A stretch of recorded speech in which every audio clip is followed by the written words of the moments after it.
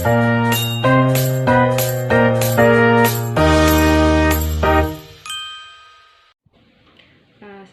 warahmatullahi wabarakatuh.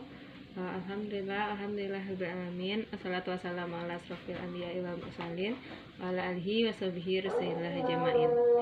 Puji syukur saya lafazkan ke Rasulullah alam, yakni Nabi besar Muhammad SAW yang berlafazkan Allahumma sholli ala sayyidina Muhammad wa ala ali sayyidina Muhammad. Baiklah, sebelum masuk ke materi, perkenalkan nama saya Nur Kurnia dengan NIM 2414040026. Baiklah, untuk pembahasan saya kali ini yaitu Quran Surah Al-Muzammil ayat 20. Untuk ayatnya berbunyi yaitu A'udzubillahi minasyaitonirrajim. Bismillahirrahmanirrahim. Inna rabbaka ya'lamu annaka taqumun adna min sulasayil laili wa nisfah al-laili wa nisfahu wa sulusah wa ta'ifatan minal ladzina ma'aka wallahu yaqdirul laila wan nahar alima an lan tuhsuhu fataba alaikum wa qara'u ma tayassara minal Qur'an alima an sayakunu minkum mardaha wa akharuna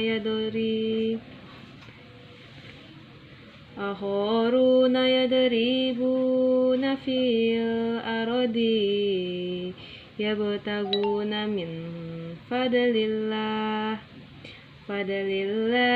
wa akharuna yuqatiluna fi sabilillah faqra'u ma tayassara minhu wa aqimus sholata wa tutuz zakata wa aqridullaha aqradan hasana wa ma tuqaddimu anfusikum min khairin tajiduhu indallahi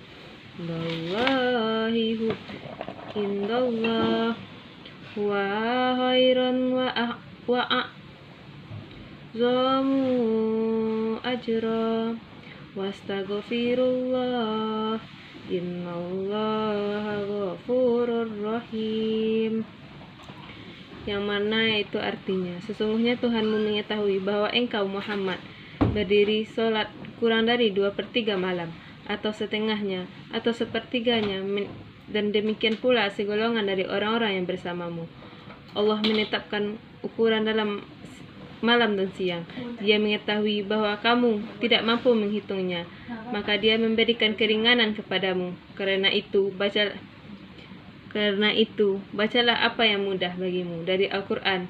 Dia mengetahui bahwa akan ada di antara kamu orang-orang yang sakit, orang-orang yang berjalan di bumi mencari sebagian karunia Allah, dan orang-orang yang berperang di jalan Allah. Maka bacalah apa yang mudah bagimu dari Quran sebagai Al-Quran.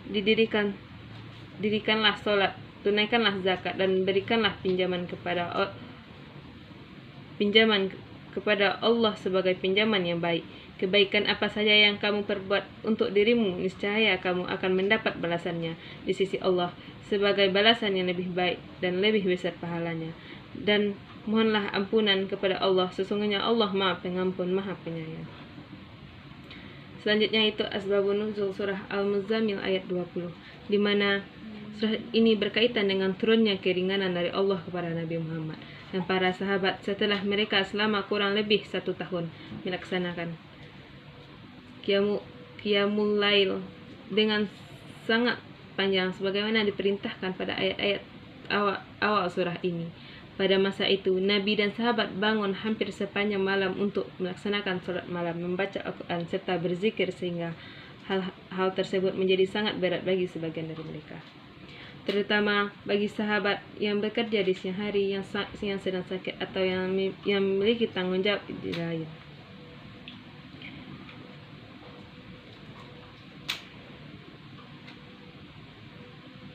Selanjutnya itu penafsiran surat Al-Muzammil ayat 20 yang menurut Al-Tabari, yaitu Al-Muzammil ini ayat 20 merupakan ayat yang diturunkan sebagai bentuk keringanan dari Allah kepada Nabi Muhammad dan para sahabat.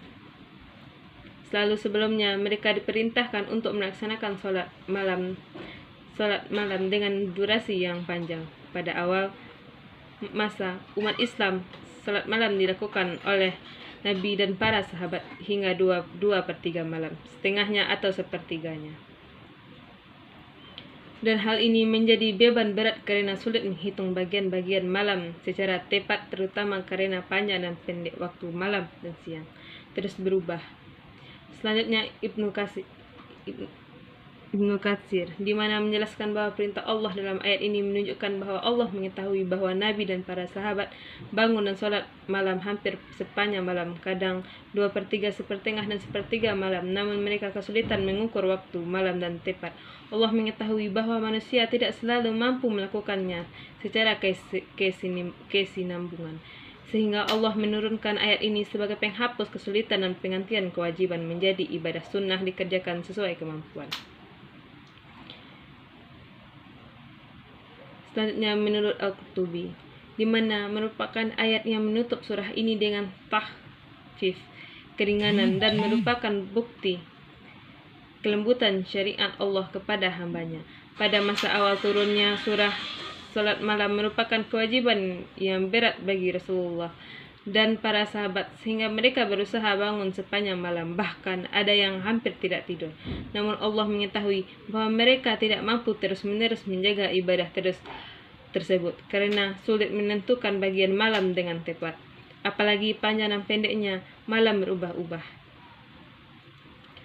Nah, untuk selanjutnya yang terakhir yaitu pembahasan dalam konteks pendidikan, di mana Al-Muzammil ayat 20 ini memberikan landasan pentingnya bagi dunia pendidikan, terutama terkait prinsip keseimbangan, fleksibilitas, dan pemahaman terhadap kemampuan peserta didik.